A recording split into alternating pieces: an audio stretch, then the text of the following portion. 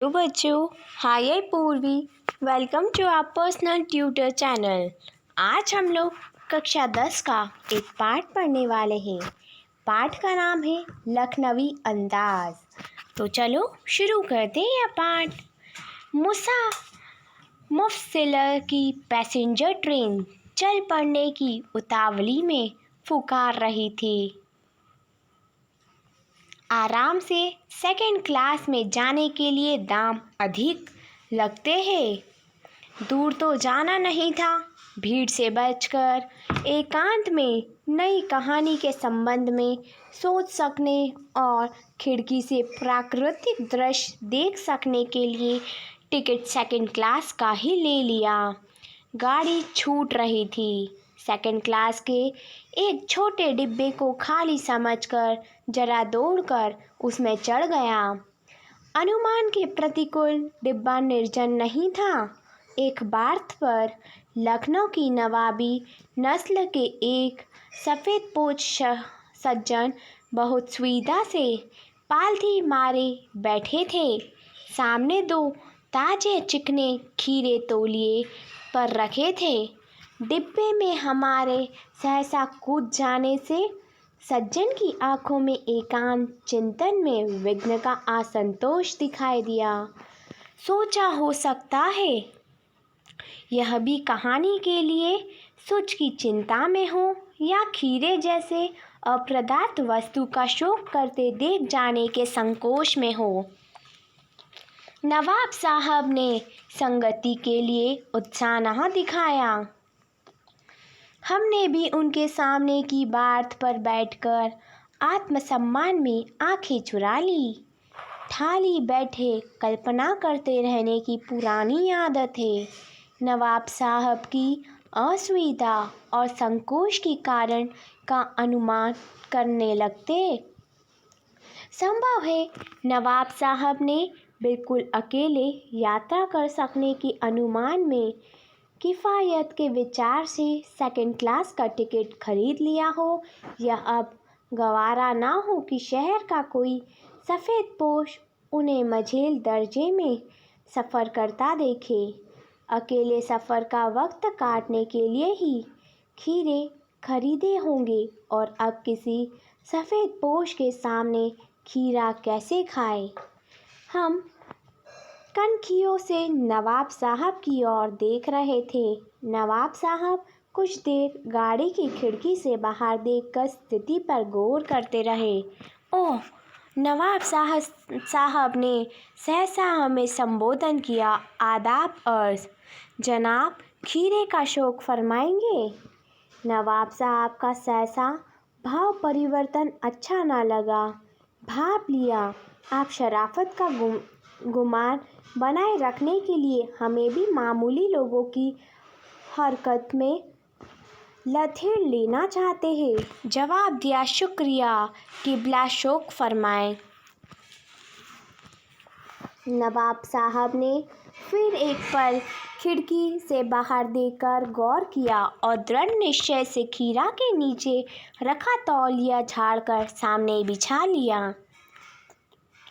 Seat के नीचे से लौटा उठाकर दोनों खीरों को खिड़की से बाहर धोया और तौलिए से पोंछ लिया। जेब से चाकू निकाला, दोनों खीरों के सिर काटे और उन्हें गोद कर झाग निकाला। फिर खीरों को बहुत एहतियात से छिलकर फाकों को करीने से तौलिए पर सजाते गए। लखनऊ स्टेशन पर खीरा बेचने वाले खीरा के इस्तेमाल का तरीका जानते हैं। ग्राहक के लिए जीरा मिला नमक और पिसी हुई लाल मिर्ची की पुड़िया भी हाजिर कर देते हैं। नवाब साहब ने बहुत करीने से खीरे की फाके पर जीरा मिला नमक और लाल मिर्च की सूखी बुरखी दी। उनकी प्रत्येक भाव भंगिमा और जबड़ों के स्फुरण से स्पष्ट था कि उस प्रक्रिया में उनका मुख खीरे की रसास्वादन की कल्पना से पल्लवित हो रहा था। हम कनखियों से देखकर सोच रहे थे मियाँ रईस बनते हैं, लेकिन लोगों की नज़रों से बच सकने का ख्याल में अपनी असलियत पर उतर आए। नवाब साहब ने फिर एक बार हमारी ओर देख लिया। वाला शौक कीजिए, लखनऊ का बालम खीरा है। नमक मिर्ची छिड़क दिए जाने से ताजे खीरे की पनियाती फाके देखकर पानी मुंह में ज़रूर आ रहा था, लेकिन इनकार कर चुके थे। आत्मसम्मान निहबा ही उचित समझा। उत्तर दिया, शुक्रिया, इस वक्त तलब महसूस नहीं हो रही। मैदा भी ज़रा कमज़ोर है, किबला शौक फरमाए। नवाब साहब ने सतर्न आँखों से नमक मिर्च के संयोग से चमकती खीरे की फाकों की ओर देखा। खिड़की के बाहर देखकर दीर्घ निश्वास लिया। खीरे की एक फाक उठाकर होठों तक ले गए। फाक को सूंघा, स्वाद के आनंद में पलकें मुड़ गई। मुंह में भर आए पानी का घूंट गले में उतर गया। तब नवाब साहब ने फाक को खिड़की से बाहर छोड़ दिया। नवाब साहब खीरे की फाकों को नाक के पास ले जाकर वासना से रसासादन कर खिड़की के बाहर फेंकते गए। नवाब साहब ने खीरे की सब फाकों को खिड़की के बाहर से फेंककर तौलिए से हाथ और होठ पोंछ लिए और गर्व से गुलाबी आंखों से हमारी ओर देख लिया, मानो कह रहे हो, यह है खानदानी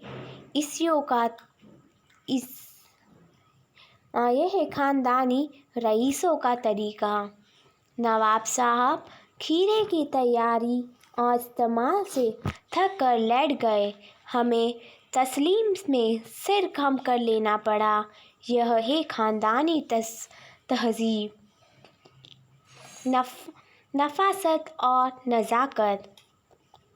हम गौर कर रहे थे, खीरा इस्तेमाल करने के इस तरीके को खीरा की सुगंध और स्वाद की कल्पना से संतुष्ट होने का सूक्ष्म, नफीस या ऐतिहासिक तरीका ज़रूर कहा जा सकता है, परंतु क्या ऐसे तरीके से उदर की तृप्ति भी हो सकती है? नवाब साहब की ओर से भरे पेट के ऊंचे डकार का शब्द सुनाई दिया और नवाब साहब ने हमारी ओर देखकर कह दिया, खीरा लजीज होता है, लेकिन होता है शकील। नामुराद मैदे पर बोझ डाल देता है। ज्ञान चक्षु खुल गए, पहचाना ये है नई कहानी के लेखक। खीरे की सुगंध और स्वाद की कल्पना से पेट भर जाने का डकार आ सकता है, तो बिना विचार घटना और पात्रों के लेखक की इच्छा मात्र से नई कहानी क्यों नहीं बन सकती? बच्चों, I hope you enjoy this video. If you have any query, so please comment in comment box. Thank you. Have a nice day.